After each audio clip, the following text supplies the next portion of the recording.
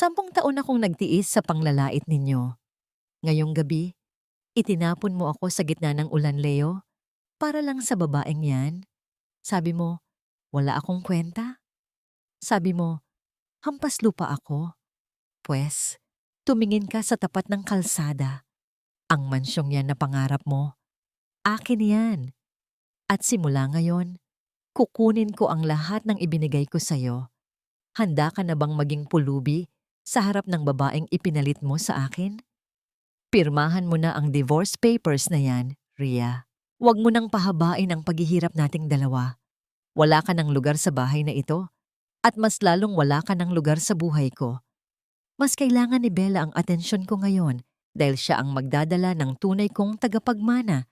Isang bagay na hinding-hindi mo na ibigay sa akin sa loob ng 10 taon. Ang boses ni Leo ay kasing lamig ng hanging nanggagaling sa labas ng bintana. Walang bahid ng pag-aalinlangan, walang bakas ng pagsisisi. Ang bawat salita niya ay tila mga pako na isa-isang ibinabaon sa puso ni Ria. Ang mga papel na nasa ibabaw ng lamesa ay tila naging isang dambuhalang pader na naghihiwalay sa kanilang nakaraan at sa malupit na hinaharap. Sa mga sandaling iyon, ang mga kamay ni Ria ay nanginginig habang hawak ang isang maliit na tray ng mainit na tsokolate, ang paboritong inumin ni Leo tuwing umuulan. Buong hapon siyang nagtiyaga sa kusina, tinitiis ang hapdi ng mainit na singaw para lamang maipaghanda ang asawa ng kaunting ginhawa pag-uwi nito mula sa trabaho. Ngunit ang tamis ng tsokolate ay biglang naging lasa ng abo sa kanyang dila. Ang bawat dekorasyon sa bahay na yon, ang mga kurtinang pinili niya ng may pagmamahal, at ang bawat sulok na nilinis niya ng may pag-asa, ay tila sabay-sabay na tumalikod sa kanya. Dahan-dahang lumuwag ang pagkakahawak ni Ria sa tray. Hindi niya naramdaman ang pagtalsik ng mainit na likido sa kanyang paa nang mailapag niya ito ng hindi maayos. Ang tanging nararamdaman niya ay ang unti-unting pagtigas ng kanyang buong katawan. Tila ba nagiging yelo ang bawat patak ng dugo sa kanyang mga ugat. Ang kanyang hininga ay naging mababaw at ang bawat tibok ng kanyang puso ay tila isang paulit-ulit na hampas ng martilyo sa kanyang dibdib. Hindi siya sumigaw, hindi siya nagmura. Ang pinakamalalim na sakit ay laging nananahan sa katahimikan. Pinanood niya si Bella, ang babaeng mas bata, mas mapangahas, at may mapang-uyam na ngiti sa mga labi. Habang marahang hinahaplos nito ang kanyang tiyan sa harap ni Ria. Ang bawat haplos ni Bella ay tila isang paalala ng kabiguan ni Ria bilang isang asawa sa paningin ni Leo. Ang silid na dati ay puno ng mga pangarap ay naging isang malamig na hukay na unti-unting lumalamon sa kanyang pagkatao. Bakit ka pa nakatayo dyan? Kunin mo na ang mga basahan mong gamit at lumayas ka na. Ayaw kong maabutan ka pa ng dilim dito. Muling bulyaw ni Leo, sabay hagis ng isang lumang maleta sa paanan ni Ria. Ang tunog ng pagbagsak ng maleta sa sahig ay umalingaw-ngaw sa buong bahay. Tila ba ito ang huling hudyat ng kanyang pagpapatalsik? Lalabas na sana si Ria sa pinto. Bit-bit ang kanyang kaunting ari-arian nang marinig niya ang huling pangungutya ni Bella. Kawawang Ria, magsisimula ka na namang mamalimos sa lansangan. Bagay sa iyo ang ulan para hindi mahalata ang mga luha mo. Lumabas si Ria sa gitna ng nagngangalit na bagyo sa Manila. Ang bawat patak ng ulan ay tila mga sampal ng tadhana na nagpapaalala sa kanyang kamangmangan. Sa loob ng 10 taon, ibinigay niya ang lahat. Ibinenta niya ang kanyang dangal para sa ambisyon ni Leo. Naging sunod-sunuran sa bawat kapritsyo nito at tinanggap ang lahat ng panlalait ng kanyang biyenan. At sa huli, itinapon siya na parang isang gamit na basahan sa gitna ng kalsada. Tumayo si Ria sa tapat ng kanilang gate, basang-basa at nanginginig sa ginaw. Tumingala siya sa langit. Hinahayaang humalo ang ulan sa mga luhang hindi na niya kayang pigilin. Sa kanyang isipan, isang katanungan ang paulit-ulit na umalingaw-ngaw. Isang tanong na may dalang pait at matinding determinasyon. Ito ba ang halaga ng aking pananahimik at sakripisyo? Hanggang kailan ko kailangang lunukin ang sarili kong dignidad bago ko tuluyang makalimutan kung sino ako? Ngunit sa halip na maglakad palayo patungo sa kadiliman ng kalsada, humarap si Ria sa kabilang bahagi ng kalye. Doon, sa tapat mismo ng bahay ni Leo, ay nakatayo ang isang dambuhalang mansyong gawa sa puting marmol. Balot ng gintong mga ilaw na hindi natitinag ng bagyo. Ang dambuhalang gate nito ay dahan-dahang bumukas nang may mahinang ugong ng makina, tila ba naghihintay sa kanyang pagdating. Mula sa bintana ng kanilang dating bahay, nakita ni Leo si Ria na naglalakad patungo sa mansyong yon. Ang kanyang pangungutya ay biglang napalitan ng pagkalito. Saan pupunta ang babaeng yan? Lalong mababasa ang mga basahan niya sa tapat ng mansyong yan. Ngunit ang kanyang pagkalito ay naging matinding gulat nang makita niya ang isang pangkat ng mga lalaking nakauniporme na may dalang malalaking payong. Sabay-sabay silang yumukod ng malalim sa harap ng basang-basang babae. "Welcome home, Madam Maribel Villarama. Matagal na po kayong hinihintay ng inyong ama sa loob." Ang boses ng punong tagapagsilbi ay sapat na upang marinig ni Leo sa kabila ng kalsada. Napatigil ang pag-ikot ng mundo ni Leo. Ang babaeng itinapon niya sa ulan, ang babaeng tinawag niyang walang kwenta, ay dahan-dahang pumasok sa loob ng palasyong kailanman ay hindi niya mapapasukan. Lumingon si Ria sa huling pagkakataon. Ang kanyang mga mata ay hindi na puno ng luha, kundi ng isang malamig at nagbabagang apoy na tila ba sumusumpa ng isang panibagong simula. Bukas, ang ulan na bumabasa sa kanya ngayon ay siya ring ulan na lulunod sa lahat ng kasinungalingan ni Leo. Paano nga ba tatanggapin ng isang lalaking mapagmataas na ang reynang kanyang tinalikuran ay ang siya palang may-ari ng buong kahariang kanyang tinatapakan? Ang marmol na sahig ay malamig sa kanyang mga paa. Ang bawat piraso ng kasangkapan sa loob ng banyong yon ay tila kumikinang sa ilalim ng malambot na liwanag. Mga gintong gripo, malalaking salamin, at isang bathtub na mas malaki pa sa dating silid tulugan niya. Sa loob ng 10 taon, nakalimutan ni Maribel ang pakiramdam ng luho. Ngunit sa kabila ng lahat ng karangyaan, ang tanging nararamdaman niya ay ang malalim at malamig na hapdi sa kanyang puso. Dahan-dahan siyang lumapit sa salamin. Ang babaeng nakatingin sa kanya ay hindi na ang basang sisiw na itinapon ni Leo sa ulan. Ngayon, ang kanyang mga mata ay tila diamanteng nababalot ng isang malalim na kalungkutan. Ibinuhos niya ang kanyang sarili sa mainit na tubig ng bathtub. Pilit na hinuhugasan ang bawat bakas ng nakaraan. Ngunit hindi kayang hugasan ng anumang tubig ang mga luhang matagal na niyang kinimkim. Nang maging ganap ang katahimikan, nang siya ay tuluyan ng mag-isa sa malaking espasyo, doon niya pinakawalan ang lahat ng sakit. Ang kanyang mga balikat ay nanginig, at ang kanyang mga luha ay walang patid na dumaloy, humahalo sa mainit na tubig. Tila ba ang bawat patak ay nagsasalaysay ng isang kwentong matagal nang inilibing sa kaibuturan ng kanyang kaluluwa. Naalala niya ang gabing iyon. 8 taon na ang nakalilipas.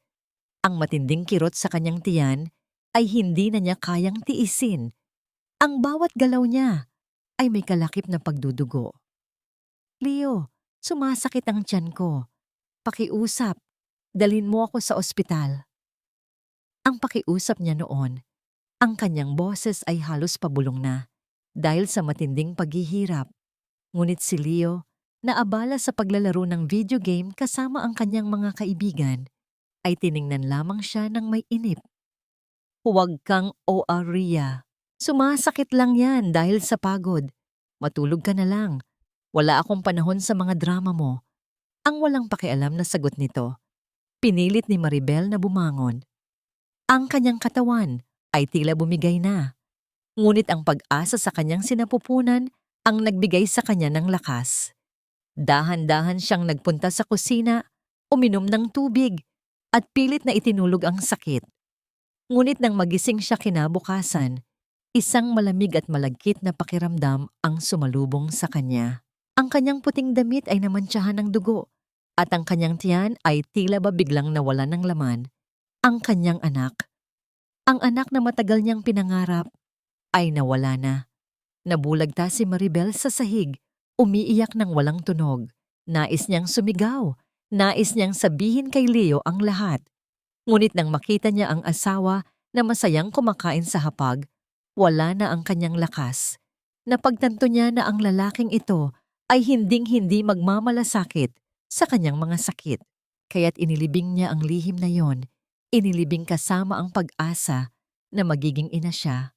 Ang tanging alaala na nanatili ay ang maliit na pares ng sapatos ng sanggol na binili niya, na ngayon ay nakatago sa loob ng kanyang lumang maleta. Isang alaala ng anghel na hindi kailanman nakarating sa mundo. Sa loob ng bathtub, hinaplos ni Maribel ang kanyang tiyan. Ang kanyang tiyan na nanatiling patag, na hindi kailanman nakaramdam ng pagtibok ng isang bagong buhay. Isang golden moment ang dumating nang siya ay bumulong sa hangin, tila ba kinakausap ang kanyang nawalang anak. Patawarin mo ako, anak. Hindi ko kayang ipagtanggol ang iyong buhay, pero sisiguraduhin kong hindi na ako muling mananahimik. Hinding-hindi na ako muling magpapakabasahan para sa iyo at para sa aking sarili. Ang kanyang mga daliri ay mahigpit na pumulupot sa paligid ng kanyang tiyan, isang pangako na hindi na niya muling hahayaang tapakan ang kanyang pagkatao. Lumabas si Maribel mula sa bathtub. Ang kanyang mga luha ay tuyo na at ang kanyang mga mata ay nanlilisik sa isang bagong determinasyon. Isinuot niya ang isang malambot na puting silk robe at lumapit sa malaking bintana. Mula doon, tanaw na tanaw niya ang bahay ni Leo, ang bahay na dati ay tinitirhan niya at ngayon ay tirahan na ng kanyang dating asawa at ng babaeng pumalit sa kanya. Mananahimik ako ng matagal, Leo, pero sa oras na magsalita ako, sisiguraduhin kong wala ka ng kahit anong masasalihan sa mundong ito. Mahinang bulong ni Maribel. Ang kanyang boses ay kasing lamig ng semento sa labas. Ngunit bago pa man niya matapos ang kanyang pagmumuni-muni, isang malakas na tunog ang bumasag sa katahimikan ng mansyon. Isang paulit-ulit at marahas na tunog ng doorbell. Ang tunog na yon ay hindi nagdadala ng kapayapaan. Ito ay nagdadala ng gulo. Mula sa bintana, nakita ni Maribel ang isang figura na nakatayo sa labas ng gate ng kanyang mansyon. Ang figura ay basang-basa pa rin ng ulan. Ang muka ay puting-puti sa pagkabigla at takot. Si Leo. Ang kanyang mga mata ay nanlaki habang nakatingin sa bawat sulok ng mansyon. Tila ba naghahanap ng kasagutan sa isang palaisipang hindi niya maintindihan. Anong pakay ni Leo sa kanyang mansyon? Alam na ba niya ang tunay na halaga ng babaeng itinapon niya sa ulan? Hindi kita pinalaki nang may gintong kutsara sa bibig para lamang hayaang apak-apakan ng isang lalaking walang utang na loob. Maribel, tumingin ka sa akin, anak. Masakit bang makita ang sarili mong durog na durog sa harap ng taong akala mo ay iyong magiging sandigan? Ang boses ni Don Vicente Villarama ay tila isang malalim na kulog na umalingaw-ngaw sa loob ng malawak na study room ng mansyon. Nakatayo ang matandang lalaki sa tapat ng bintana. Ang kanyang mga kamay ay mahigpit na nakakuyom sa kanyang likuran. Suot niya ang kanyang mamahaling Amerikana na tila ba ay baluti ng isang haring handang makipagdigma. Nang humarap siya kay Maribel, ang kanyang mga mata ay nagnininga sa galit. Ngunit mayroon ding bahid ng matinding pangungulila at awa. Dahan-dahang lumapit si Maribel sa kanyang ama. Ang kanyang mga hakbang ay tila ba paglalakad sa ibabaw ng nagbabagang uling. Sa loob ng 10 taon, naging masunurin siyang anak. Tinanggap niya ang hamon ng kanyang ama na mamuhay ng payak para lamang matuklasan ang tunay na kulay ng taong kanyang pakakasalan. Ngunit ang presyong ibinayad niya ay masyadong mataas. Ang kanyang dignidad, ang kanyang kaligayahan, at ang kanyang anak. Lahat ay naging sakripisyo sa altar ng pag-ibig na akala niya ay totoo. Papa, tama na po. Huwag na ninyong dagdagan ang sakit. Mahinang sagot ni Maribel. Ang kanyang boses ay nanginginig habang pilit na pinipigil ang pagtulo ng mga luha. Tapos na ang pagiging martir ko. Ngayong gabi, ang ulan na bumabasa sa kalsadang yan ay siya ring ulan na lilinis sa lahat ng dumi sa buhay ko. Isang golden moment ang dumaan nang marahan niyang inayos ang kurbata ng kanyang ama. Isang gawin na ginagawa niya noong bata pa siya, tuwing aalis ito para sa isang malaking meeting. Naramdaman ni Don Vicente ang nanginginig na mga daliri ng kanyang anak. At sa sandaling iyon, ang galit ng ama ay napalitan ng isang matinding determinasyon. Hinawakan niya ang mga kamay ni Maribel at hinalikan ang kanyang noo. Gusto mo bang ipasara ko ang kumpanya niya ngayon din, Maribel? Isang tawag ko lang. At bukas na bukas ay sa kalsada na pupulutin ng Leo na yan kasama ang kanyang kabit. Mungkahi ni Don Vicente. Ang kanyang tinig ay puno ng awtoridad na hindi matatanggihan. Ngunit umiling si Maribel. Hindi, Papa. Ang mabilis na kamatayan ng kanyang karera ay masyadong madali para sa kanya. Gusto kong makita niya ang unti-unting pagguho ng kanyang kaharian. Gusto kong maramdaman niya ang bawat segundo ng pagkawala ng lahat ng bagay na ipinagmalaki niya sa akin. I want him to see the rag he threw away, become the queen who owns his soul. Lumapit si Don Vicente sa kanyang lamesa at kinuha ang isang makapal na folder. Kung ganoon, sisimulan na natin ang pagbawi sa lahat. Ang kumpanya ni Leo, ang LV Logistics, ay nabubuhay lamang dahil sa mga secret investments na ipinapasok ko sa ilalim ng mga dummy companies ng Villarama Group. Akala niya ay magaling siya sa negosyo, pero ang totoo, ang bawat hininga ng kumpanya niya ay galing sa bulsa ko. Dahan-dahang kinuha ni Don Vicente ang kanyang fountain pen. Ang tunog ng dulo ng panulat sa mamahaling papel ay tila ba ang tunog ng isang hatol ng kamatayan para sa pangarap ni Leo. Isang pirma, isang dokumento, at ang lahat ng oxygen na sumusuporta sa kumpanya ni Leo ay mapuputol ng walang babala. Ang bawat pahina na binubuklat ni Don Vicente ay tila ba mga dahon ng tadhana na unti-unting nalalaga sa buhay ng magkasintahan sa kabilang kalsada.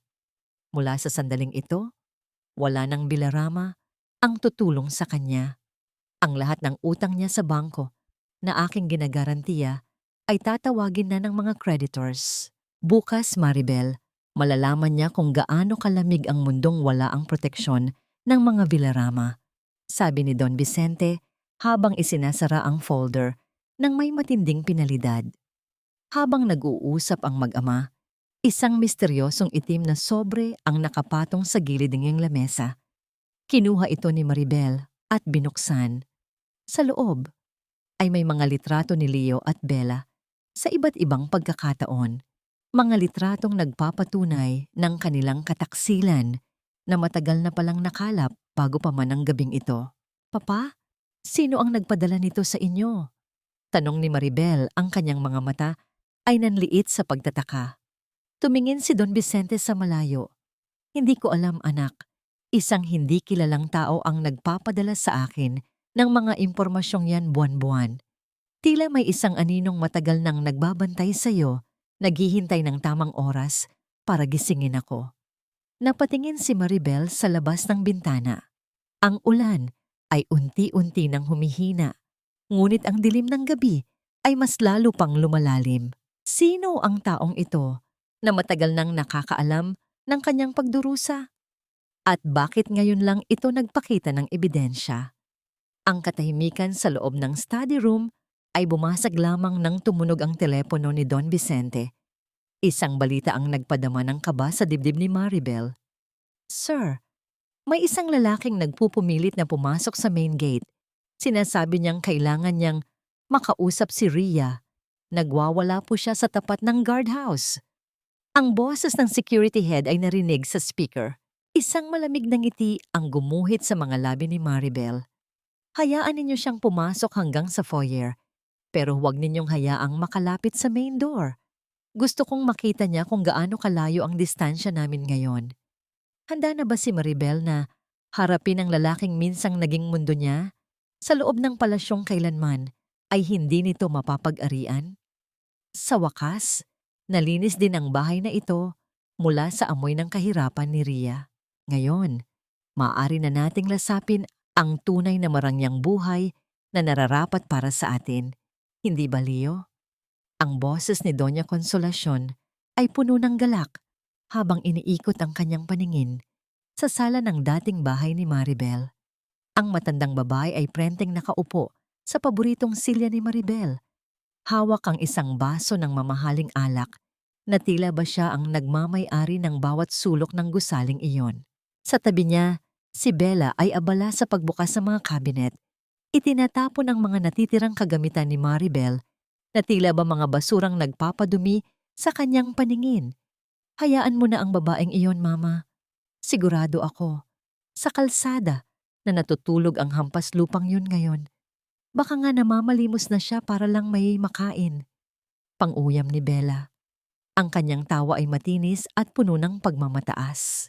Kinuha niya ang isang lumang scarf ni Maribel at walang pakundangan itong ginamit na basahan sa lamesa bago ihagis sa sahig.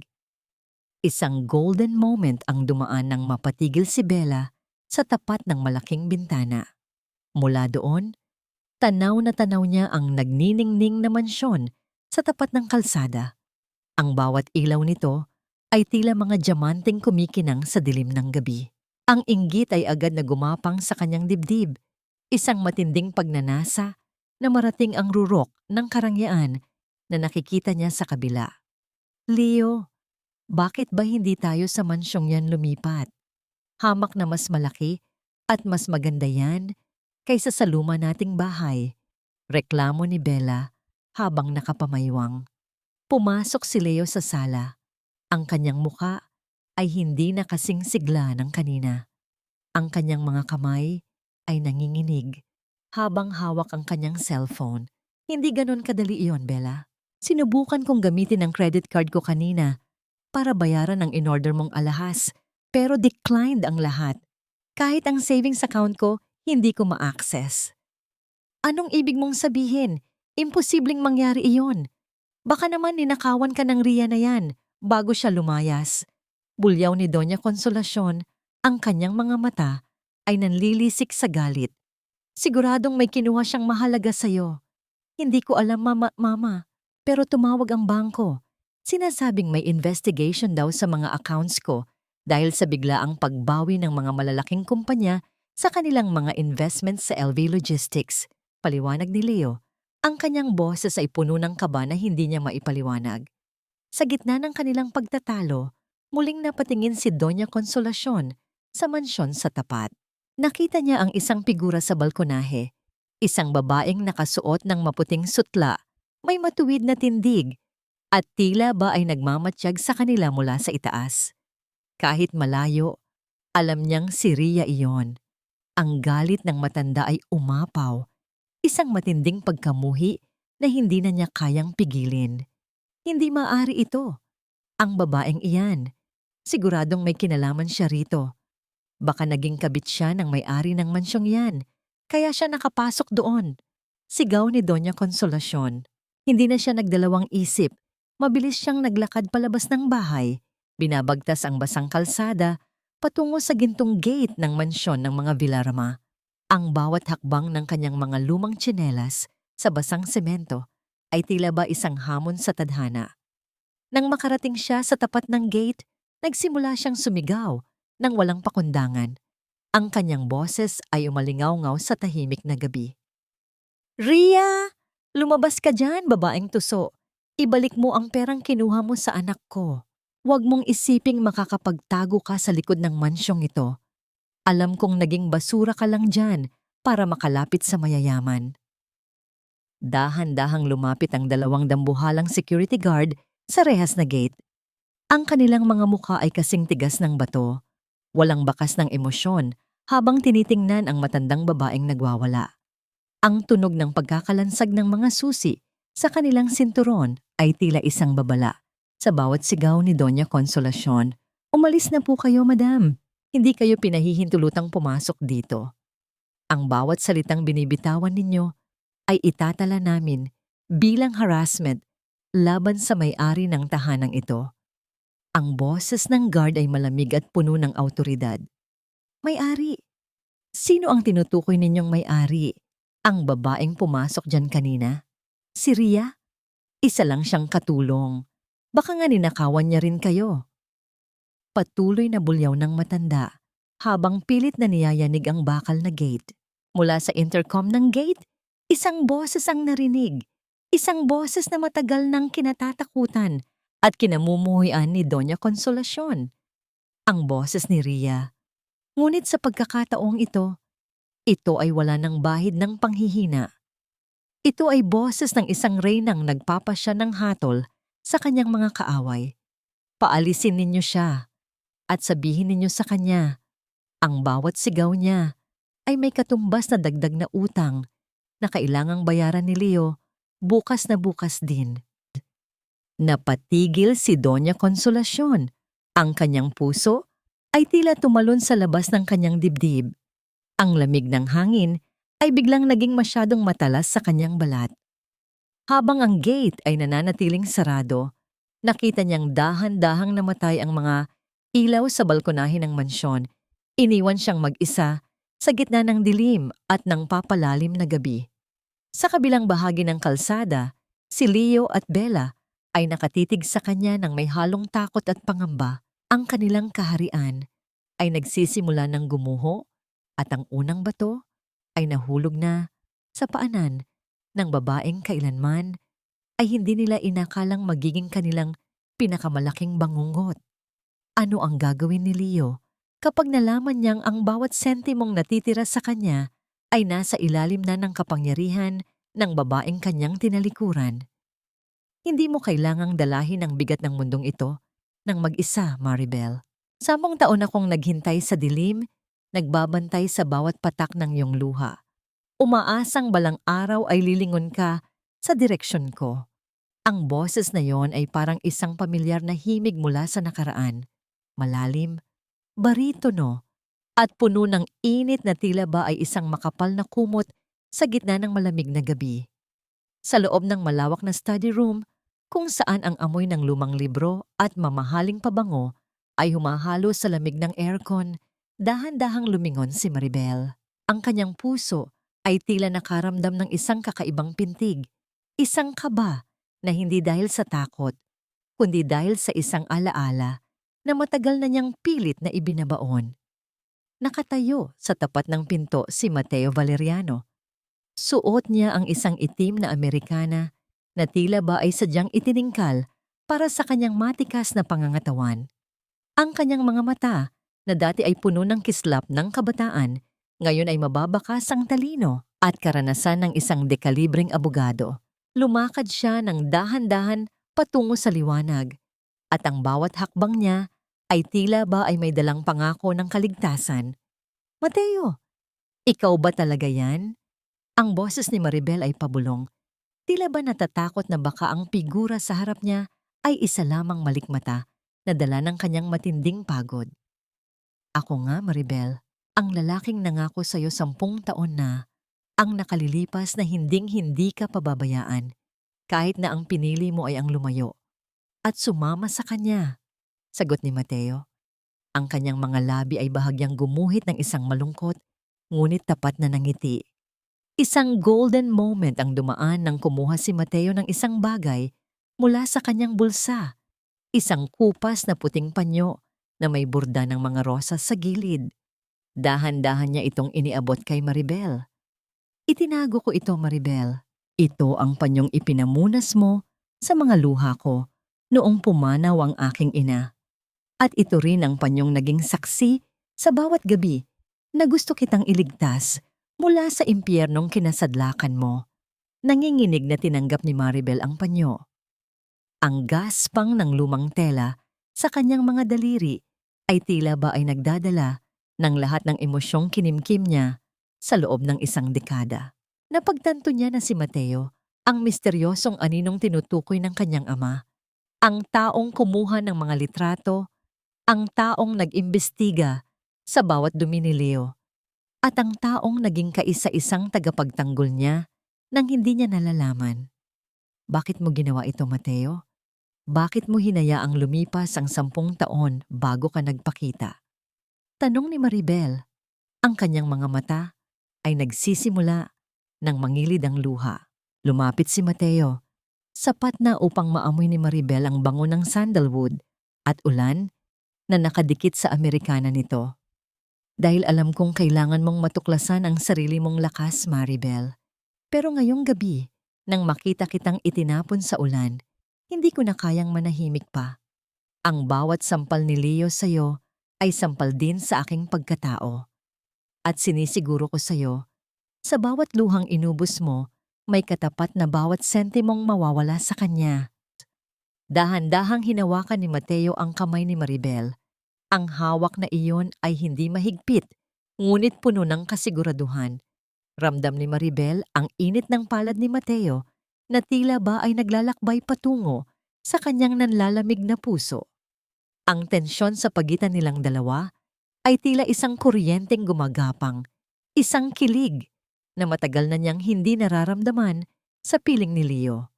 Sa sandaling iyon, ang mansyon ay hindi na mukhang isang malaking hawla. Ito ay naging isang kanlungan. Attorney Mateo Valeriano na ako ngayon, Maribel. At ako ang magiging abogado ng Villarama Group na tatapos sa LV Logistics. Hindi lang pera ang kukunin ko sa kanya. Kukunin ko rin ang bawat piraso ng dangal na ninakaw niya sa'yo. Deklara ni Mateo. Ang kanyang tinig ay puno ng determinasyon.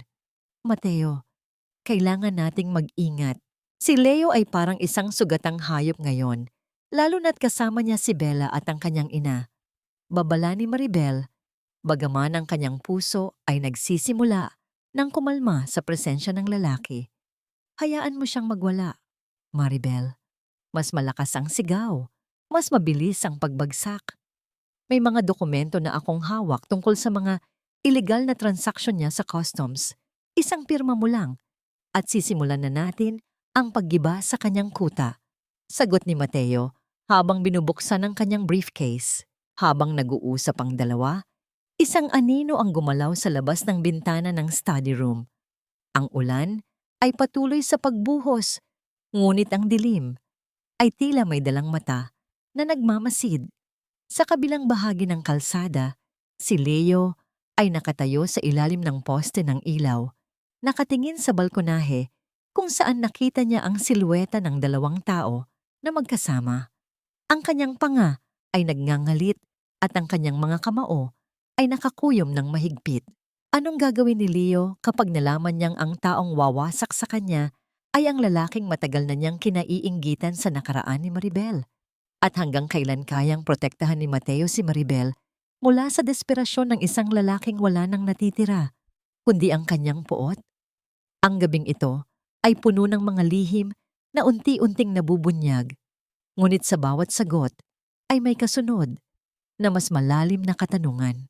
Handa ba si Maribel nabuksan muli ang kanyang puso sa lalaking matagal niyang kinalimutan? Wala na ang lahat, Leo.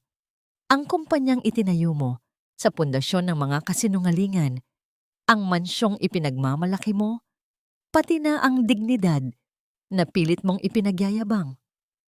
Lahat ay naging abo na sa loob lamang ng isang gabi. Ang mga salitang ito mula sa kabilang linya niya ng telepono ay tila isang malakas na dagundong ng kulog na yumanig sa buong pagkatao ni Leo. Nanatili siyang nakatayo sa gitna ng sala. Ang kanyang kamay ay nanginginig habang hawak ang cellphone na tila ba ay isang mainit na uling na pumapaso sa kanyang palad. Sa paligid niya, ang mga gamit na dati ay simbolo ng kanyang tagumpay ay tila mga aninong nangungutya sa kanyang kasalukuyang kalagayan. Ang malamig na pawis ay dahan-dahang gumagapang sa kanyang noo at ang bawat tibok ng kanyang puso ay tila isang paulit-ulit na babala ng isang malapit na pagbagsak. Sa kabilang bahagi ng kalsada, sa loob ng malawak at nagniningning na bakuran ng mansyon ng mga Villarama, dahan-dahang naglalakad si Maribel kasama si Mateo. Ang sikat ng buwan ay banayad na tumatama sa kanilang mga figura nagbibigay ng isang mapayapang liwanag sa gitna ng madilim na gabi. Ang bawat hakbang ni Maribel ay puno ng katiyakan, malayo sa dating imahe ng isang babaeng laging nakayuko at takot sa sariling anino. Ang kanyang asol na damit ay dahan-dahang sumasayaw sa ihip ng hangin. Tila ba ay isang bandila ng tagumpay at paglaya. Isang golden moment ang dumaan nang huminto si Maribel sa tapat ng isang malaking puno ng nara. Hinaplos niya ang magaspang na balat ng puno. Ang kanyang mga daliri ay tila nakikipag-usap sa kalikasan. Dati Mateo, iniisip ko kung may bukas pa ba para sa akin sa labas ng pintuan ng bahay na yon. Akala ko, ang mundo ko ay magsisimula at matatapos lamang sa pagsisilbi sa isang lalaking hindi naman ako pinapahalagahan. Lumingon siya kay Mateo at sa kanyang mga mata ay mababakas ang isang malalim na pasasalamat. Ang paghawak ni Mateo sa kanyang siko ay tila isang angkla na nagpapanatili sa kanya sa gitna ng nagngangalit na emosyon. Ria, ano ba ito? Bakit may mga taong naghahakot ng gamit sa labas? Bakit sinasabi nilang kukunin na ang bahay na ito? Ang matinis na boses ni Bella ay pumunit sa katahimikan ng gabi sa kabilang kalsada. Pumasok si Bella sa sala. Ang kanyang mukha ay puno ng galit at takot. Ang kanyang mga mamahaling alahas ay tila nawalan na ng kinang sa harap ng katotohanang ang lahat ng luho niya ay hiram lamang. Leo, sumagot ka. Akala ko ba ay CEO ka? Akala ko ba ay wala tayong problema sa pera? Bakit sinasabi ng bangko na bankrupt na ang LV Logistics? Tumahimik ka, Bella. Hindi ko rin alam kung anong nangyayari. Bulyaw ni Leo. Ang kanyang boses ay puno ng desperasyon. Lahat ng accounts ko ay na-freeze. Ang mga investors sabay-sabay na nag-withdraw. Tila may isang dambuhalang kamay na biglang sumakal sa leeg ng kumpanya ko. Bobo, napakawalang kwenta mo pala, Leo. Inisip ko pa namang ikaw ang magliligtas sa akin sa kahirapan. Iyon pala ay mas mahirap ka pa sa daga. Ang bawat salita ni Bella ay parang matatalim na kutsilyo na humihiwa sa natitirang dignidad ni Leo. Ang babaeng akala niya ay nagmamahal sa kanya ay siya palang unang tatalikod sa oras na mawala ang lahat ng kinang ng kanyang yaman. Mula sa bintana, nakita ni Leo ang figura ni Maribel at Mateo na magkasama sa kabilang mansyon. Ang kanyang panga ay nagngangalit sa tindi ng selos at puot. Siya ang may gawa nito. Ang babaeng yan. Ginamit niya ang yaman ng ama niya para durugin ako. Susugod na sana si Leo palabas nang marinig niya ang malakas na tunog ng isang sasakyang huminto sa tapat ng kanilang bahay. Hindi yun sasakyan ng isang kaibigan.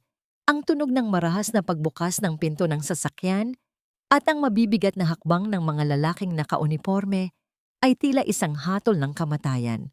Isang lalaking may hawak na folder ang pumasok ng walang pasintabi sa loob ng kanilang sala. Mr. Leo Valenzuela, kami po ay mula sa Sheriff's Office. Mayroon kaming utos mula sa korte na ipatupad ang writ of execution para sa pagsamakam ng ari-ariang ito at ng lahat ng kasangkapan sa loob bilang kabayaran sa inyong mga utang sa Villarama Group.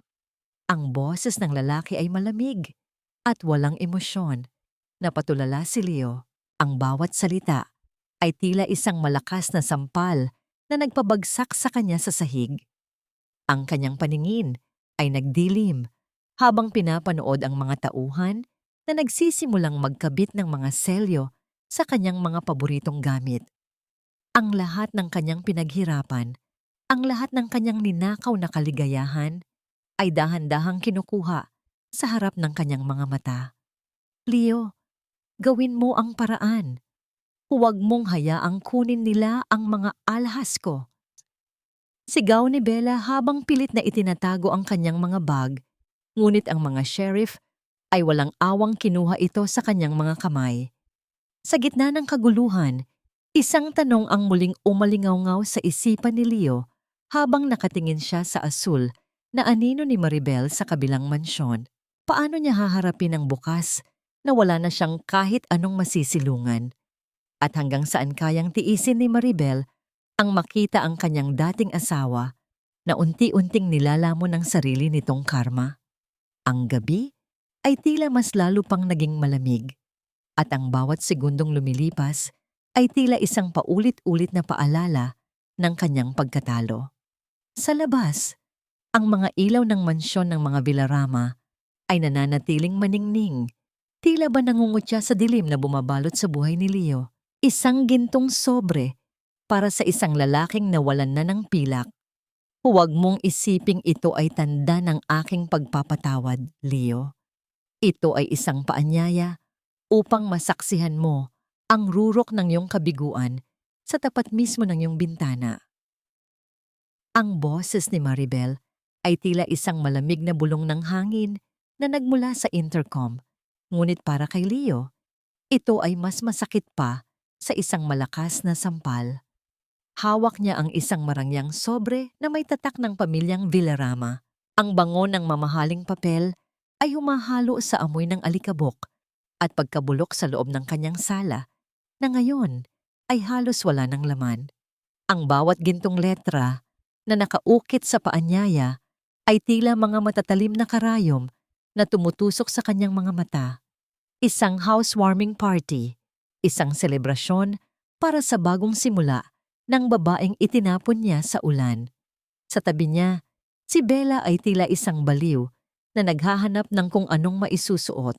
Ang kanyang mga mata ay nanlilisik habang tinitingnan ang kanyang mga lumang damit na nakakalat sa sahig. Leo, ano ang gagawin natin? Wala na akong mga alahas. Kinuha na ng mga sheriff ang lahat. Paano ako haharap sa mga tao sa mansyong yan nang ganito ang hitsura ko? Ang boses ni Bella ay punong-puno ng pagngangalit.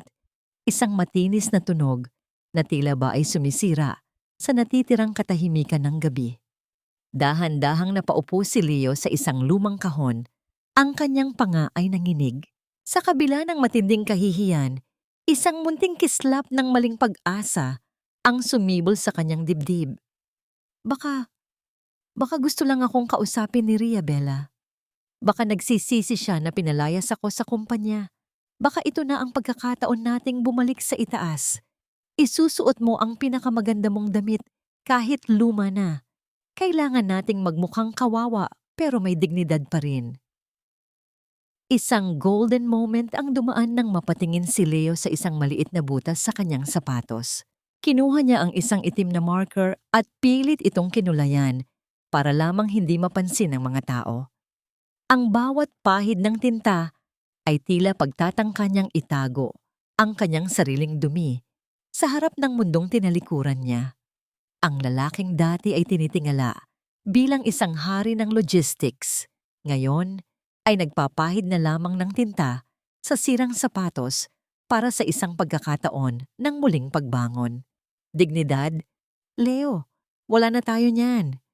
Pero sige, pupunta tayo. Gusto kong makita kung paano namumuhay ang Ria na yan sa loob ng mansyong yon. Gusto kong makita kung gaano karaming pera ang kinuha niya sa atin. Bulyaw ni Bella habang pilit na isinusuot ang isang bestidang matagal na niyang hindi ginagamit dahil sa pagiging lipas na sa moda. Nang sumapit ang oras ng pagtitipon, ang kalsada sa tapat ng kanilang bahay ay napuno ng mga mamahaling sasakyan. Ang tunog ng mga gulong sa semento at ang mahinang ugong ng mga makina ay tila ba ay isang orkestra ng tagumpay para sa mga Villarama. Mula sa madilim nilang balkonahe, pinanood ni Leo at Bella ang pagpasok ng mga kilalang negosyante at opisyal ng gobyerno sa gintong gate. Dahan-dahan silang tumawid sa kalsada. Ang bawat hakbang ni Leo ay tila ba may dalang bigat ng 1,000 kilo. Nang makarating sila sa harap ng gate, ang punong tagapagsilbi na dati ay hindi man lang niya tinitingnan ay hinarang sila ng may malamig na ngiti. Ang inyong imbitasyon, Mr. Valenzuela. Ang boses ng lalaki ay puno ng formalidad na may halong pang-uuyam. Iniabot ni Leo ang sobre ng may nanginginig na kamay. Ang pagbukas ng dambuhalang gate ay lumikha ng isang mahinang tunog Ng pag-ikot ng mga bakal, tila ba ay nagbubukas ang pinto ng isang mundong kailanman ay hindi na niya mapapag-arian. Ang bawat hakbang nila sa mahabang driveway na napapaligiran ng mga puting rosas ay tila ba ay paglalakad patungo sa sarili nilang bitayan. Pagpasok nila sa loob ng mansyon, ang liwanag ng mga kristal na chandelier ay tila nagpabulag sa kanilang mga mata. Ang bawat sulok ay nagniningning sa ginto at marmol, at doon, sa gitna ng malawak na hagdanan, ay nakatayo si Maribel. Suot niya ang isang asul na damit na gawa sa pinakamahal na sutla. Ang kanyang buhok ay maayos na nakapusod at ang kanyang leeg ay pinalamutian ng mga diamanteng tila ba ay nagniningning na mga bituin. Sa tabi niya ay nakatayo si Mateo.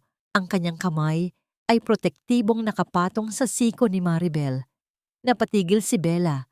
Ang kanyang mukha ay namutla sa tindi ng inggit. Ang mga alahas na suot niya, mga pekeng perlas na binili niya sa tabi-tabi para lamang may maisuot, ay tila ba ay nagiging kulay abo sa harap ng tunay na karangyaan ni Maribel. Ang bawat bulungan ng mga bisita ay tila ba ay nakatutok sa kanila, punong-puno ng panghahamak. Welcome, Leo. Welcome, Bella. Ikinagagalak kong nakarating kayo. Ang boses ni Maribel ay umalingaw-ngaw sa buong silid, kasing linaw ng kristal at kasing lamig ng semento. Sana ay magustuhan ninyo ang aking tahanan. Pag-aari ito ng pamilyang Villarama sa loob ng 3 henerasyon. Ang tahanang ito ay hindi para sa mga taong ang tanging yaman ay ang kanilang kasinungalingan. Isang katanungan ang muling bumalot sa isipan ni Leo habang pinagmamasdan ng asawa na dati ay itinuring niyang giya sa kusina. Bakit ba siya nagpadala ng paanyaya kung ang tanging layunin niya ay iparamdam ang aming kahirapan? O mayroon pa bang mas malalim na balak ang reynang ito na kailanman ay hindi na niya kayang maabot? Ang tensyon sa loob ng silid ay tila ba ay isang tinitipon na bagyo. Isang pagkakamali lamang at ang lahat ay sasabog. Alam ni Leo na ang imbitasyong ito ay hindi para sa muling pagbangon. Ito ay isang paanyaya upang masaksihan niya ang sarili niyang kamatayan sa harap ng lahat. Ito ang anak na pinatay mo, Leo. Pinatay mo siya hindi sa pamamagitan ng patalim, kundi sa pamamagitan ng iyong kawalan ng puso at matinding kapabayaan. Ang boses ni Maribel ay umalingaw-ngaw sa malawak na ballroom ng mansyon, kasing talim ng isang kidlat na gumuguhit sa gitna ng katahimikan ng mga bisita. Ang bawat kalansing ng mga mamahaling baso at ang mahinang tugtog ng biolin ay tila biglang naglaho, napalitan ng isang nakabibinging tensyon. Nakatayo si Maribel sa gitna ng entablado. Ang kanyang asul na damit ay kumikinang sa ilalim ng mga chandelier, ngunit ang kanyang mga mata ay punong-puno ng mga luhang matagal na niyang ipinagkait sa kanyang sarili. Sa harap niya, si Leo ay tila isang estatwa na unti-unting gumuguho. Ang kanyang panga ay nanginig at ang kanyang mukha ay nawalan ng kulay. Naging kasing puti ng pader sa kanyang likuran. Ang bawat mata ng mga negosyante at matataas na opisyal na naroroon ay nakatitig sa kanya nang may pagkasuklam. Si Bella naman ay pilit na kumakapit sa braso ni Leo. Ang kanyang mga mata ay malaki sa takot at hiya, habang ang kanyang pekeng alahas ay tila ba ay lalong nagpapamukha sa kanyang pagiging huwad. Anong sinasabi mo, Ria? Wala akong alam sa sinasabi mo. Pilit na bulyaw ni Leo. Ang kanyang boses ay puno ng pagkapaos at panginginig. Nababaliw ka na ba? Gumagawa ka lang ng kwento para ipahiya ako. Dahan-dahang kinuha ni Maribel ang isang maliit na kahon mula sa ibabaw ng lamesa. Ang bawat kilos niya ay may bigat ng 1,000 alaala. Nang buksan niya ang kahon, inilabas niya ang isang pares ng maliliit na sapatos ng sanggol. Kulay puti, gawa sa malambot na lana, ngunit meron ng bahid ng dilaw dahil sa katandaan. Naalala mo ba ang gabing iyon, Leo? 8 taon na ang nakalilipas. Umuulan din noon, katulad ng gabing pinalayas mo ako. Simula ni Maribel, Ang kanyang tinig ay nanginginig sa pigil na hagulgol. Nakaluhod ako sa sahig ng ating kwarto. Hawak ang aking tiyan na tila ba ay hinihiwa ng libu-libong kutsilyo. Nagmakaawa ako sa iyo, Leo. Hiniling ko na dalhin mo ako sa ospital dahil nararamdaman kong may mali sa aking dinadala. Isang golden moment ang dumaan nang ilapit ni Maribel ang maliit na sapatos sa kanyang dibdib. Tila ba ay niyayakap ang isang anghel na hindi kailanman nakarating sa kanyang mga bisig. Pero anong ginawa mo? Sinabihan mo akong maingay. Sinabihan mo akong istorbo sa iyong pakikipag-inuman sa iyong mga kaibigan. Iniwan mo ako sa dilim, Leo. Iniwan mo akong mag-isa habang nararamdaman ko ang unti-unting pagkawala ng buhay sa loob ng aking sinapupunan. Ang bawat salita ni Maribel ay tila mga hampas ng alon sa pampang ng konsensya ni Leo. Ang tunog ng pagbagsak ng maliliit na sapatos sa sahig nang itapon ito ni Maribel sa paanan ni Leo ay lumikha ng isang mahinang tunog sa gitna ng tahimik na silid. Ang tunog na yon ay mas malakas pa sa anumang sigaw. Ito ang tunog ng isang pusong tuluyan ng nagkapiraso. Ito ang anak na ipinagpalit mo sa iyong ambisyon. Ito ang tagapagmanang paulit-ulit mong isinusumbat na hindi ko naibigay sa iyo, deklara ni Maribel, habang ang kanyang mga luha ay dahan-dahang dumadaloy sa kanyang pisngi. Hindi dahil baog ako, Leo, kundi dahil pinatay mo ang kaisa-isang pagkakataon na maging ama ka. Ang mga bulungan ng mga bisita ay tila isang malakas na hangin na humahagupit sa buong silid. Ang pagkasuklam sa kanilang mga muka ay hindi na maitatago. Si Mateo, na kanina pa nakatayo sa tabi ni Maribel, ay dahan-dahang lumapit at hinawakan ang kanyang balikat. Ang hawak na iyon ay hindi lamang para sa proteksyon. Ito ay para sa pagbibigay ng lakas na kailangan ni Maribel upang tapusin ang kanyang hatol. Leo Valenzuela, mula sa gabing ito, hindi mo na kailanman matatakasan ang iyong sariling anino. Ang boses ni Mateo ay malalim at puno ng kapangyarihan. Ang bawat piraso ng iyong yaman ay kukunin ng Villarama Group bilang kabayaran sa iyong mga utang. At ang bawat segundong itatagal mo sa mundong ito, gugugulin mo sa pag-aalala sa maliit na sapatos na yan. Napatulala si Leo. Ang kanyang paningin ay lumabo habang pinapanood ang mga sheriff na dahan-dahang lumalapit sa kanya sa gitna ng party. Ang kanyang pangarap na muling makabangon ay naging isang madilim na hukay. Mabilis na umatras si Bella mula kay Leo. Ang mukha niya ay puno ng galit at pagkabigo habang tinitingnan ang lalaking inakala niyang magtataguyod sa kanya. Ganito ka pala, Leo. Pinili mong wakasan ang buhay ng anak mo. Ang boses ni Bella ay puno ng sakit at pangungutya. Bago siya humarap at naglakad palayo, iniiwan si Leo na puno ng hiya. Habang hinihila si Leo palabas ng mansyon, narinig ang kanyang histerikal na pag-iyak. Isang iyak na hindi dahil sa pagsisisi, kundi dahil sa labis na takot at kawalan. Ang tunog ng marahas na pagbukas ng pinto ng sasakyan ng mga sheriff at ang mahinang ugong ng makina nito habang papalayo ay tila isang tuldok sa 10 taon ng paghihirap ni Maribel.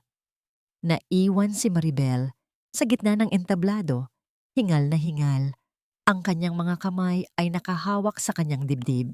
Ang bawat segundong lumilipas ay tila ba ay nag-aalis ng isang mabigat na pasanin sa kanyang kaluluwa. Tumingin siya kay Mateo at sa mga mata ng lalaki, nakita niya ang isang bagay na matagal na niyang hindi nararamdaman, ang tunay na paghanga at pag-ibig.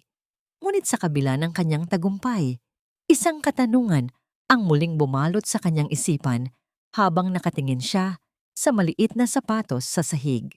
Sapat na ba ang kahihiyang ito upang mapunan ang 10 taon na nawala sa akin? O ang sugat na iniwan ni Leo ay kailanman ay hindi na maghihilom sa kabila ng lahat ng yaman at katarungan? Ang gabi ay nagsisimula nang maging mapayapa. Ngunit sa puso ni Maribel, ang bagyo ay kakatapos pa lamang. Paano niya haharapin ang bukas na wala na ang multo ni Leo sa kanyang tabi. Huwag mong isipin na sasama ako sa'yo sa kangkungan, Leo. Hindi ako ipinanganak para magtiis sa isang lalaking wala ng kahit isang kusing sa bulsa. Ang pag-ibig ay napapansin lang kapag may pambili ng alahas. Pero sa oras na maging abo ang yaman mo, abo na rin ang nararamdaman ko para sa'yo. Ang boses ni Bella ay tila isang malamig na hampas ng hangin sa gitna ng masukal na gabi. Wala na ang malambing na tinig na dati ay humahalina sa pandinig ni Leo. Ngayon, ang bawat salita ng babae ay puno ng panghahamak habang mabilis nitong isinisilid ang huling piraso ng kanyang mga gamit sa isang malaking maleta. Ang silid na dati ay puno ng halakhak ay naging saksi sa huling yugto ng kanilang kataksilan. Nakatayo si Leo sa sulok, ang kanyang mga kamay ay nanginginig at ang kanyang paningin ay nakatuon sa kawalan. Ang bawat kalansing ng mga hanger sa loob ng cabinet ay tila ba ay tunog ng pagguho ng kanyang buong mundo. Hindi niya inakala na ang babaeng ipinagpalit niya sa kanyang tapat na asawa ay siya palang unang tatalikod sa kanya sa oras ng kagipitan. Ang amoy ng mamahaling pabango ni Bella ay unti-unting napalitan ng amoy ng alikabok at kalungkutan sa loob ng bahay na wala na ring kuryente. Bella, pakiusap. Huwag mo akong iwan ng ganito. May paraan pa. Babawi tayo. Ang boses ni Leo ay halos pabulong na, puno ng pait at desperasyon. Ang kanyang lalamunan ay tila barado ng tuyong buhangin. Bawat pantig ay nagdudulot ng hapdi sa kanyang dibdib. Isang mapait na tawa lamang ang isinagot ni Bella bago marahas na isara ang zipper ng kanyang maleta. Ang tunog nito ay tila isang huling hatol. Maghanap ka ng ibang tanga, Leo. Tapos na ang maliligayang araw natin at huwag mo na akong susubukan pang tawagan. Dahan-dahang lumabas si Bella. Bitbit ang kanyang maleta at ang natitirang mga alahas na hindi pa nakukuha ng mga sheriff. Ang malakas na tunog ng pagsara ng pinto ng mansyon ay umalingaw-ngaw sa tahimik na kalsada. Isang tunog na naghudyat ng ganap na pag-iisa ni Leo. Naiwan si Leo sa dilim. Ang tanging liwanag na tumatama sa kanyang mukha ay ang nagniningning na mga ilaw mula sa mansyon ni Maribel sa tapat ng kalsada. Ang mansyong yon ay tila isang bituin na kailanman ay hindi na niya maabot. Napaluhod siya sa malamig na sahig. Ang kanyang mga tuhod ay nanghina sa tindi ng katotohanan. Napatingin siya sa isang maliit na butones na nalaglag mula sa damit ni Maribel noong huli silang nag-away. Ito na lamang ang tanging bagay na natira sa kanya mula sa 10 taon ng kanilang pagsasama. Isang golden moment ang dumaan nang haplusin ni Leo ang butones na yon. Ang bawat gasgas sa ibabaw nito ay tila nagpapaalala sa bawat sakripisyo ni Maribel na binaliwala niya. Ngayon, ang butones na yon ay mas mahalaga pa sa anumang gintong ibinigay niya kay Bella. Ang kanyang mga luha ay dahan-dahang dumanak, humahalo sa alikabok sa sahig. Tila ba ang bawat patak ay nagsasabing huli na ang lahat. Nang sumunod na umaga, ang mga opisyal ng bangko ay dumating na may dalang malaking kadena. Ang tunog ng pag-ikot ng mga bakal habang isinisara ang gate ng kanyang dating bahay ay tila ba ay tunog ng huling hininga ng kanyang pangarap. Naglakad si Leo palayo. Bitbit lamang ang isang maliit na backpack. Ang bawat hakbang niya sa kalsada ay tila paghakbang patungo sa isang kawalan. Napunta si Leo sa isang tulay sa labas ng lungsod. Ang hangin ay malakas at malamig. Humahagupit sa kanyang manipis na t-shirt. Tumingin siya sa ibaba, sa mabilis na agos ng tubig na tila ba ay tumatawag sa kanya upang tapusin na ang lahat ng hirap. Ang kanyang isipan ay puno ng mga boses ni Bella, ng kanyang ina, at ang huling tingin ni Maribel na puno ng awa.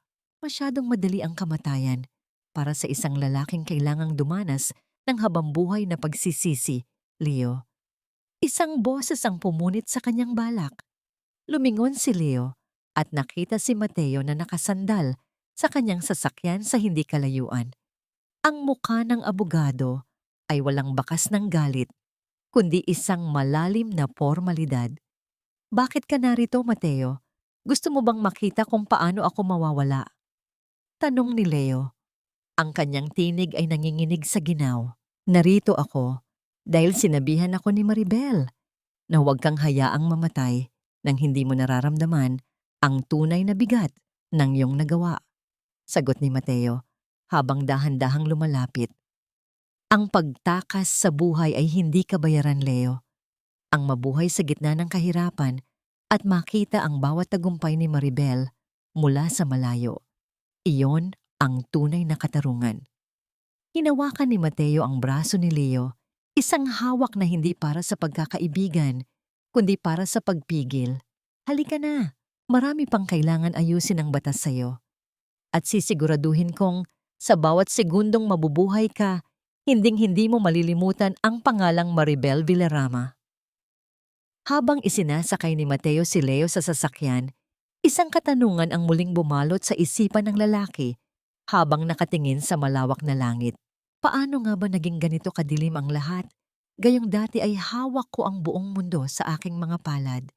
O sadyang hindi ko lang nakita na ang mundong iyon ay itinayo sa balikat ng isang babaeng kailanman ay hindi ko pinahalagahan. Ang sasakyan ay dahan-dahang umalis palayo sa tulay, iniwan ang malamig na hangin at ang mabilis na agos ng tubig. Para kay Leo, ito na ang simula ng kanyang mahaba at madilim na landas ng pagbabayad. Ang bawat sugat ay may sariling panahon ng paghilom.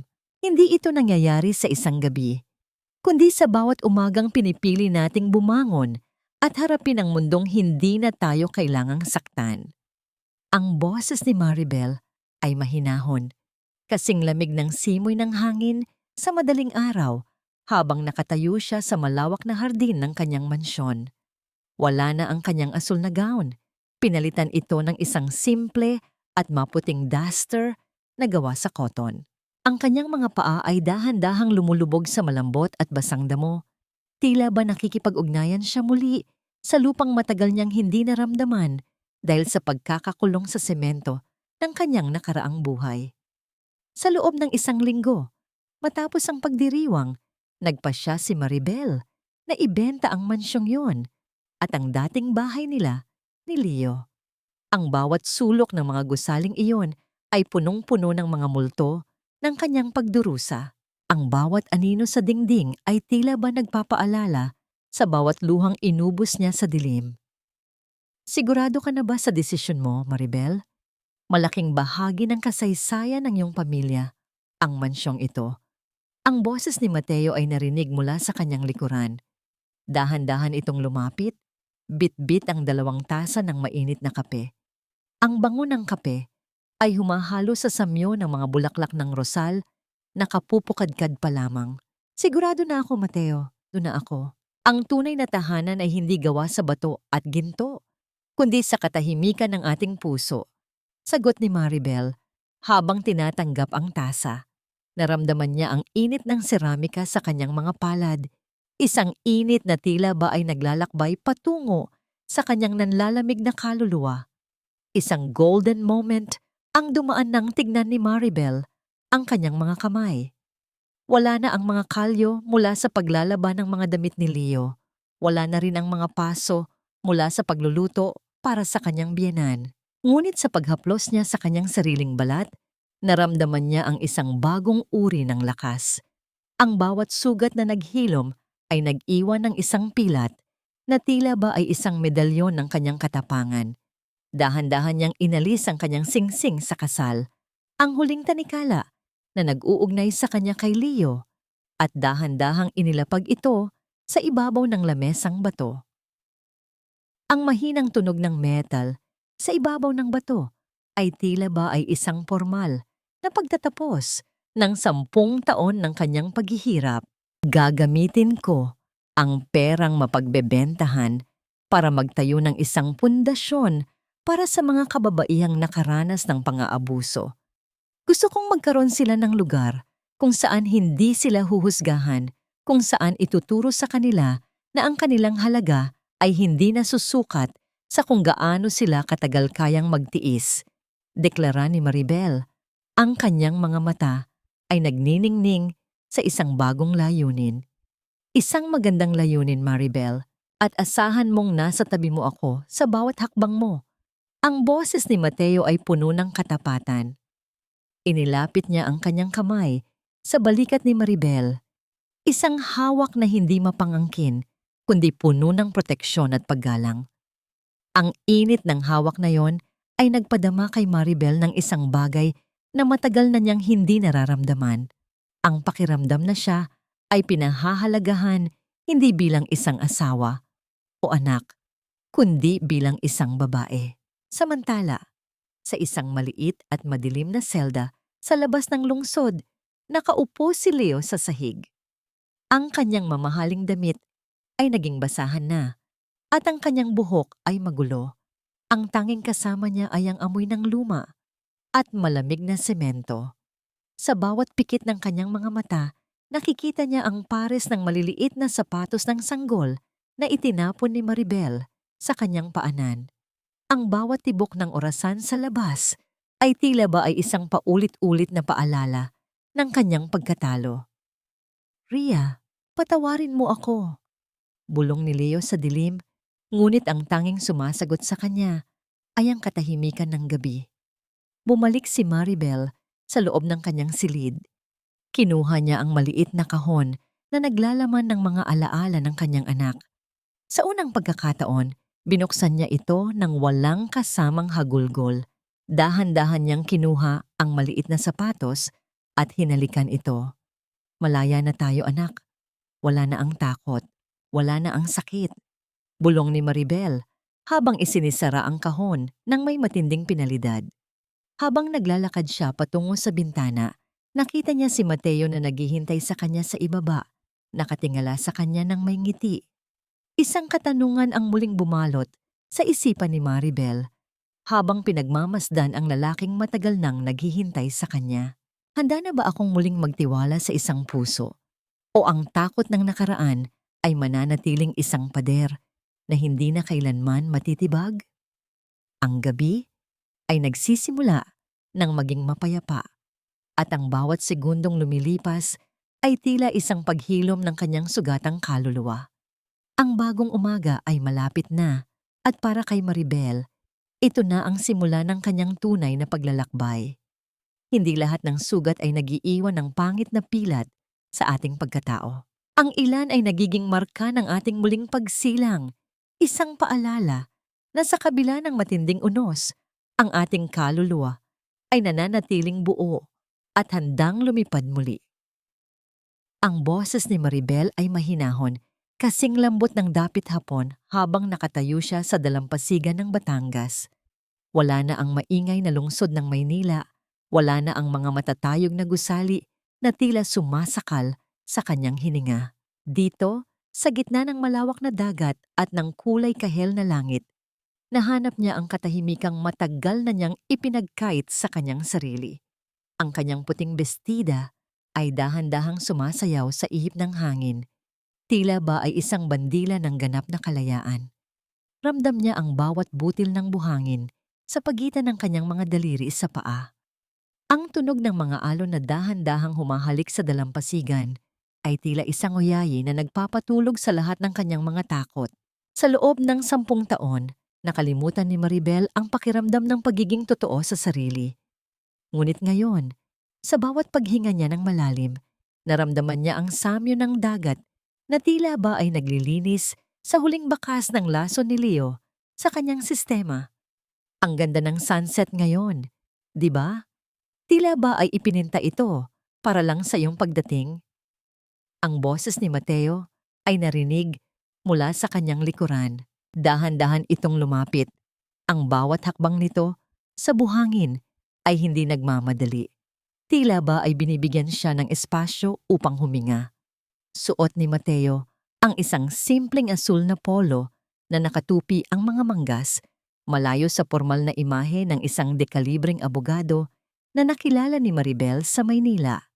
Inabutan niya si Maribel ng isang baso ng sariwang buko juice. at ang kanilang mga daliri ay bahagyang nagtagpo. Isang golden moment ang dumaan nang mapansin ni Mateo ang isang hibla ng buhok ni Maribel na humaharang sa kanyang mukha. Sa halip na magsalita, dahan-dahang itinaas ni Mateo ang kanyang kamay at marahang inayos ang buhok ni Maribel sa likod ng kanyang tenga. Ang haplos na yon ay napakagaan, tila ba ay isang pakpak ng paru-paro, ngunit nagdulot ito ng isang matinding kilig sa buong katawan ni Maribel. Isang pakiramdam na hindi kailanman ipinaramdam ni Leo sa loob ng 10 taon. Ang bawat haplos ni Mateo ay puno ng paggalang. Tila ba ay isang mamahaling kristal si Maribel na ayaw nitong mabasag. Mateo, salamat. Hindi ko alam kung paano ko pasasalamatan ang lahat ng ginawa mo para sa akin. Hindi mo ako iniwan mula noong gabing itinapon ako sa ulan. Mahinang sabi ni Maribel. Ang kanyang mga mata ay nakatuon sa papalubog na araw. Maribel, sinabi ko na sa'yo, hindi mo kailangang magpasalamat.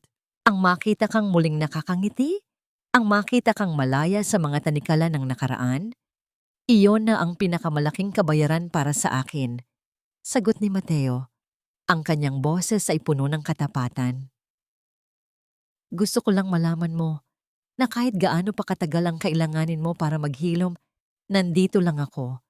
I can wait another 10 years or even a lifetime just to see you whole again. Napatigil si Maribel. Ang bawat salita ni Mateo ay tila isang malambot na unan sa kanyang sugatang puso. Napagtanto niya na ang lalaking ito ay hindi siya minahal dahil sa kanyang yaman o dahil sa kanyang pagiging Villarama. Minahal siya ni Mateo noong siya ay isa pa lamang simpleng Ria na nagsisilbi sa kusina. At minamahal siya nito ngayong siya na ang reyna ng sarili niyang buhay. Gayunpaman, sa likod ng kanyang kaligayahan, isang munting takot ang muling bumulong sa kanyang puso. Kinuha ni Maribel ang isang maliit na sobre mula sa kanyang bag, isang liham mula sa abogado ni Leo sa kulungan, isang huling pakiusap, isang huling pagtatangka ni Leo na guluhin ang kanyang katahimikan. Ang pangalan ni Leo sa ibabaw ng sobre ay tila isang madilim na anino na pilit na humahabol sa kanya sa gitna ng liwanag. Dahan-dahan niyang inilabas ang lighter mula sa kanyang bulsa. Ang tunog ng mitsa habang nagliliyab ang apoy ay tila ba ay isang huling ritual ng paglaya. Pinanood ni Maribel ang dahan-dahang paglamon ng apoy sa liham ni Leo. Ang bawat salita ng pagmamakaawa, ang bawat kasinungalingan ni Leo ay naging abo na dahan-dahang tinangay ng hangin patungo sa dagat. Ang lahat ng bigat na dala ng nakaraan ay tila naglaho kasama ng mga abong yon. Wala na siya, Mateo. Wala na ang multo ni Leo sa buhay ko. Bulong ni Maribel, ang kanyang tinig ay wala ng bakas ng pait. Humarap si Maribel kay Mateo at sa unang pagkakataon, hinayaan niyang ang kanyang kamay ay kusang humawak sa kamay ni Mateo. Ang pagkakapit ng kanilang mga palad ay tila isang formal na pagbubukas ng isang bagong pintuan. Ang sikat ng buwan na nagsisimula nang sumilip sa langit ay nagbibigay ng isang mahiwagang liwanag sa kanilang dalawa. Mateo, handa na ako. Handa na akong subukan muli.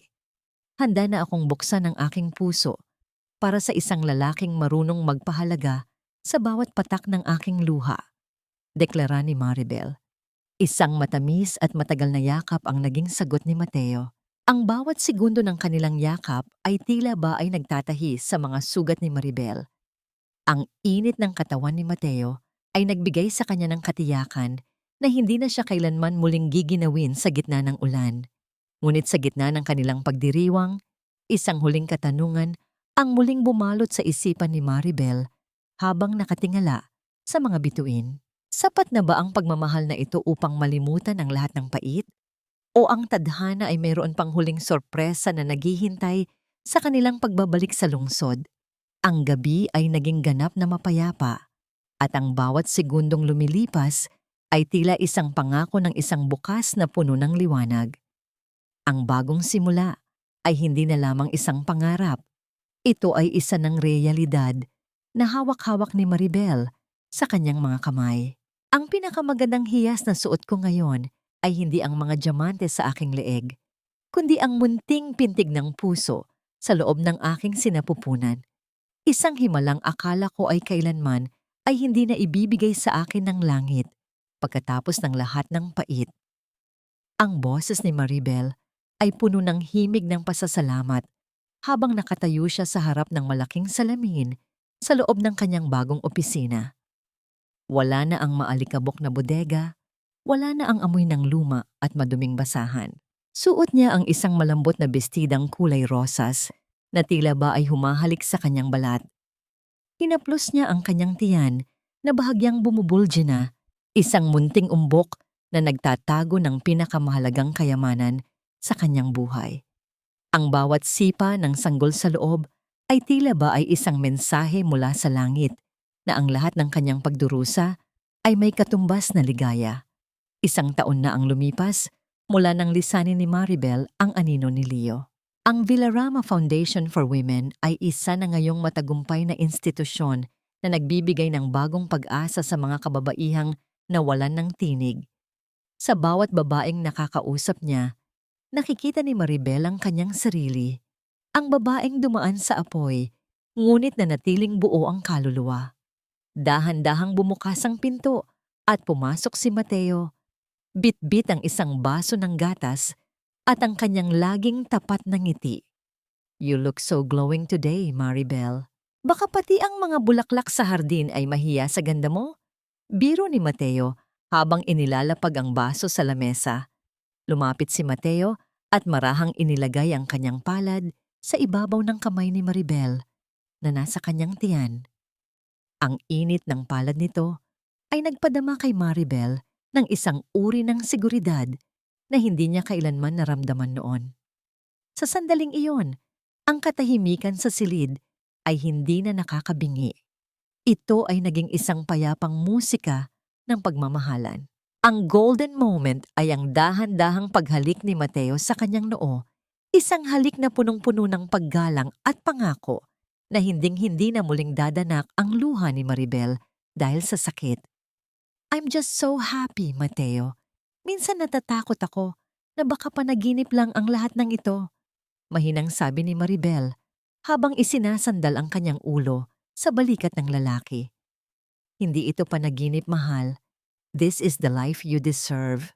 At asahan mong hinding-hindi ko bibitawan ang kamay mo," sagot ni Mateo. Ang kanyang boses ay tila isang matatag na pundasyon. Samantala, sa isang madilim at maingay na pantalan sa dulo ng lungsod, nakatayo ang isang lalaking halos hindi na makilala. Si Leo. Ang kanyang buhok ay mahaba at magulo. Ang kanyang balat ay nangingitim na sa ilalim ng matinding sikat ng araw. At ang kanyang mga kamay ay puno ng sugat at kalyo mula sa pagbubuhat ng mabibigat na sako. Wala na ang mamahaling sasakyan, wala na ang kanyang posisyon, at wala na ang kanyang dangal. Ang tanging kasama niya ay ang amoy ng dagat at ang ingay ng mga makina ng barko na tila ba ay sumisigaw ng kanyang kabiguan. Napatingin si Leo sa isang lumang dyaryo na nakalapag sa kalsada, basang-basa ng tubig alat. Doon, sa harapang pahina, ay nakita niya ang larawan ni Maribel, nagniningning, masaya, at punong-puno ng buhay kasama si Mateo. Ang bawat salita sa balita tungkol sa tagumpay ng kanyang foundation ay tila mga matatalim na kutsilyo na humihiwa sa kanyang puso. Isang malakas na tunog ng pagbagsak ng mga bakal na kadena mula sa isang crane ang narinig sa paligid. Ngunit para kay Leo, ang mas malakas na tunog ay ang kanyang sariling paghikbi sa gitna ng maraming tao. Napagtanto niya na itinapon niya ang isang tunay na diamante para lamang sa isang piraso ng basag na bubog na si Bella. Ang huling balita niya kay Bella ay nasa kulungan na rin ito dahil sa iba pang kaso ng panloloko. Ang lahat ng kasakiman ay may hangganan at si Leo ay naroon na sa dulo ng kanyang sariling bangin. "Ria, patawarin mo ako," bulong ni Leo. Ang kanyang tinig ay nilamon lamang ng ingay ng pantalan. Wala nang makakarinig sa kanya at wala na ring babalik para sagipin siya mula sa kanyang sariling impyerno. Sa pagtatapos ng araw, naganap ang isang simpleng selebrasyon sa hardin ng mga Villarama. Naroon si Don Vicente, nakaupo sa kanyang silya nang may malawak na ngiti habang pinapanood ang kanyang anak. Dahan-dahang lumapit si Maribel sa kanyang ama at nagsagawa ng pagmamamano. Isang kilos ng labis na paggalang at pagpapasalamat. Ang bawat tawa ng mga kaibigan at kamag-anak ay tila ba ay mga bituin na nagniningning sa gitna ng gabi. Nang tumingin si Maribel sa langit, nakita niya ang isang maliit na bituin na kaisa-isang kumukititap sa malayo.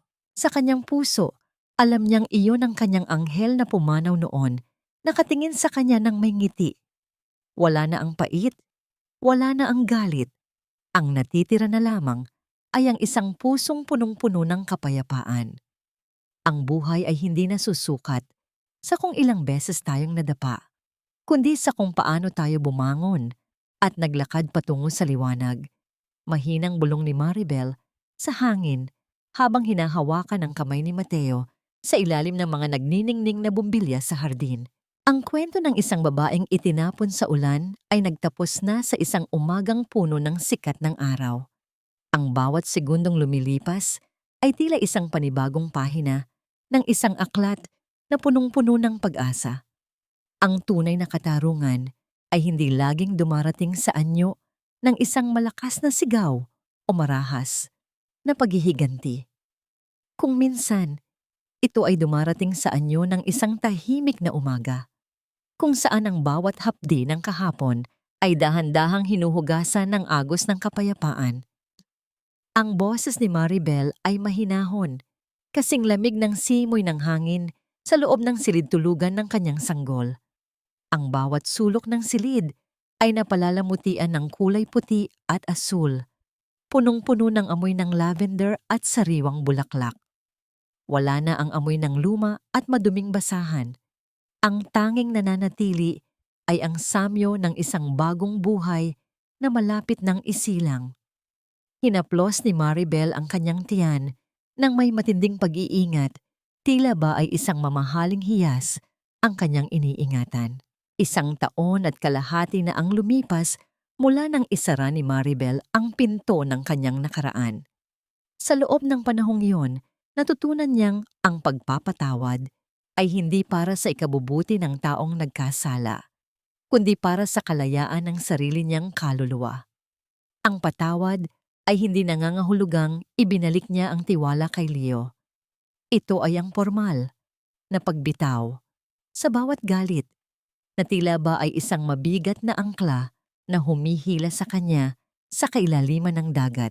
Ngayon, si Leo ay isa na lamang malabong anino sa kanyang gunita, isang lalaking nagbayad ng lahat ng kanyang kasalanan sa pamamagitan ng pagkawala ng bawat mahalagang bagay sa kanyang buhay. Handa na ba ang ating munting prinsipe para sa kanyang unang araw sa mundong ito? Ang boses ni Mateo ay narinig mula sa pinto. Dahan-dahan itong lumapit. Ang bawat hakbang nito ay hindi nagmamadali. Tila ba ay binabantayan ang bawat paghinga ni Maribel. Inilapag ni Mateo ang isang tasa ng mainit na gatas sa lamesa at marahang inayos ang unan sa likuran ni Maribel. Ang golden moment ay ang dahan-dahang paghalik ni Mateo sa kanyang mga kamay. Isang halik na punong-puno ng pangako na hinding-hindi na muling dadanak ang luha ni Maribel sa gitna ng ulan. Sa sandaling iyon, naramdaman ni Maribel ang tunay na kahulugan ng hiya. Hindi ang kahihiyang ibinigay sa kanya ni Leo, kundi ang pagkilala sa sariling halaga na kailanman ay hindi na niya papayagang tapakan muli. Mateo, napagtanto ko na ang 10 taon na nawala sa akin ay hindi isang kabiguan. Iyon ay ang aking pagsasanay upang maging ganito katatag. Mahinang sabi ni Maribel habang isinasandal ang kanyang ulo sa balikat ni Mateo. Ang katahimikan sa loob ng mansyon ay hindi na nakakabingi. Ito ay naging isang payapang musika ng isang pamilyang nahanap ang kanilang daan patungo sa isa't isa. Samantala, sa isang malayong dulo ng lungsod, Habang ang sikat ng araw ay dahan-dahang lumulubog, isang lalaki ang nakaupo sa isang bangketa. Hawak ang isang basong tubig na may kaunting dumi. Si Leo. Pinapanood niya ang mga sasakyang dumadaan, naghahanap ng anino ng isang babaeng asul, ang damit na kailanman ay hindi na muling lilingon sa kanya. Ang bawat tibok ng orasan sa kalsada ay tila ba ay isang paulit-ulit na hatol sa kanyang pagkakamali. Ang kanyang buhay ay naging isang mahabang kalsada ng pagsisisi, isang landas na walang katapusan. Nang tumingin si Maribel sa bintana, nakita niya ang unang bituin na kumititap sa langit. Isang munting kislap ng pag-asa na tila ba ay sumasalamin sa kanyang bagong buhay. Ang bawat segundong lumilipas ay tila ba ay nagtatahi sa mga punit-punit na bahagi ng kanyang puso. Ang aral ng kwentong ito ay malinaw sa bawat tagapakinig. Ang halaga ng isang babae ay hindi nasusukat sa kung gaano siya kahusay magtiis sa gitna ng panlalait, kundi sa kung paano niya pinipiling mahalin ang sarili at bumangon mula sa alabok ng kataksilan. Ang bawat patak ng luha ay may katumbas na ligaya at ang bawat sampal ng tadhana ay may katapat na yakap ng katarungan. Maribel, halika na. Naghihintay na ang iyong ama sa hapag. Ang boses ni Mateo ay puno ng init. Dahan-dahang tumayo si Maribel, bitbit ang kanyang pangarap at ang kanyang anak. Ang bawat hakbang niya palayo sa bintana ay tila ba ay paghakbang patungo sa isang walang hanggang liwanag. Ang kwento ng babaeng itinapon sa ulan ay nagtapos na sa isang tahanang puno ng pagmamahalan. Ang katarungan ay ganap na. Ang paghilom ay tapos na. Ang buhay ay patuloy na nagniningning.